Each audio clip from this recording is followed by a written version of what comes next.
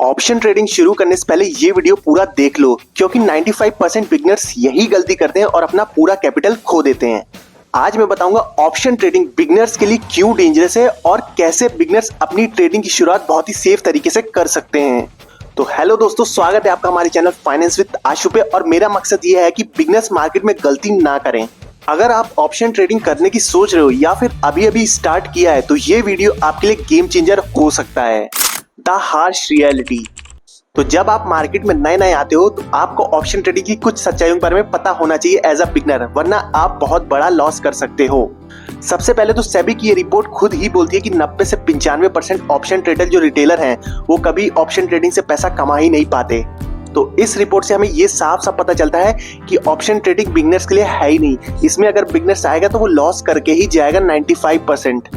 दूसरी रियलिटी ये है कि अभी आप बिगनर हो, नए नए मार्केट में आए हो, और ऑप्शन ट्रेडिंग में क्या होता है कि आपका एक ही ट्रेड में पूरा कैपिटल वाइप आउट हो सकता है, क्योंकि मार्केट के प्रीमियम बहुत तेज मूव करते हैं और आपको पता भी नहीं चलेगा आपका कैपिटल का पूरा वाइप आउट हो गया।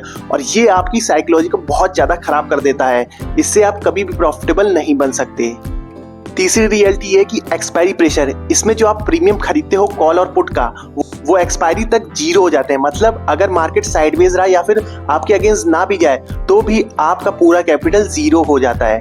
तो इसीलिए ऑप्शन एक बहुत ही हाई रिस्क प्रोडक्ट है।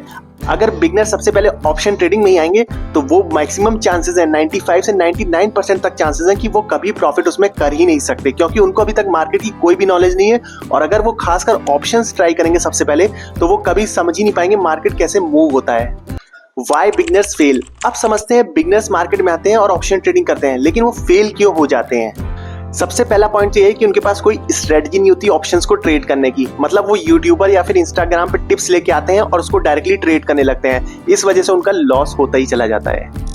दूसरा पॉइंट है कि रिस्क मैनेजमेंट। सबसे पहला तो बिगनर जब मार्केट में आता है उसको तो यही नहीं पता होता रिस्क मैनेजमेंट क्या होता है, और ऑप्शन ट्रेडिंग में रिस्क मैनेजमेंट को फॉलो करना एक अलग ही चीज है। मतलब आपको उसमें समझ ही नहीं आएगा कि स्टॉप लॉस कहाँ पे लगाना है या फिर टारगेट कहाँ पे लगाना है एज अ बिगनर, क्योंकि प्रीमियम इतना फास्ट मूविंग होता है कि आप समझ ही नहीं पाते हो 1:2 का टारगेट क्या होता है, 1:3 का टारगेट क्या होता है, और ये कैसे आपको लगाना है ऑप्शंस के चार्ट पे। तो इसीलिए ऑप्शन ट्रेडिंग में रिस्क मैनेजमेंट फॉलो करना भी बहुत ही ज्यादा मुश्किल है बिगनर के लिए। तीसरा है ओवर ट्रेडिंग एंड इमोशन। देखिए बिगनर क्या करता है, ऑप्शन ट्रेडिंग में एक लॉस होता है तो जल्दी जल्दी दूसरा, तीसरा, चौथा, पांचवा, इतनी जल्दी जल्दी ट्रेड लेता है और पूरा एक ही दिन के अंदर पूरा कैपिटल वाइप आउट कर देता है और अपने इमोशंस पे कंट्रोल ही नहीं कर पाता है, और इसी से आता है रिवेंज ट्रेडिंग करने लगता है। तो ऑप्शन ट्रेडिंग में इसीलिए खतरनाक है क्योंकि वो बहुत जल्दी जल्दी आपको ट्रेड भी करवाता है।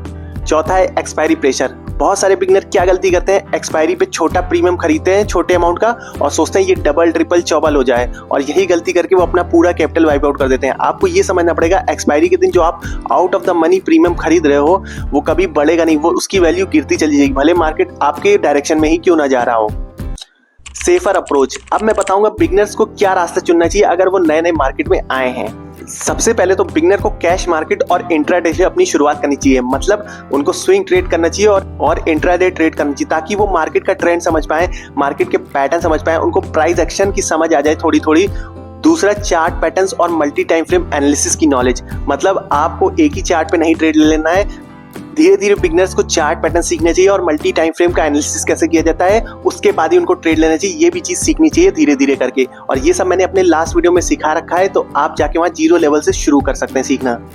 तीसरा, बिगनर ट्रेडर को बहुत ही छोटे कैपिटल से अपनी ट्रेडिंग स्टार्ट करनी चाहिए, क्योंकि जब तक आपका 2-4 बार कैपिटल वाइप आउट नहीं हो जाता तब तक आप ट्रेडिंग सीख ही नहीं सकते। इसलिए बहुत छोटे अमाउंट से ट्रेडिंग स्टार्ट करो और धीरे धीरे इसको स्केल करो।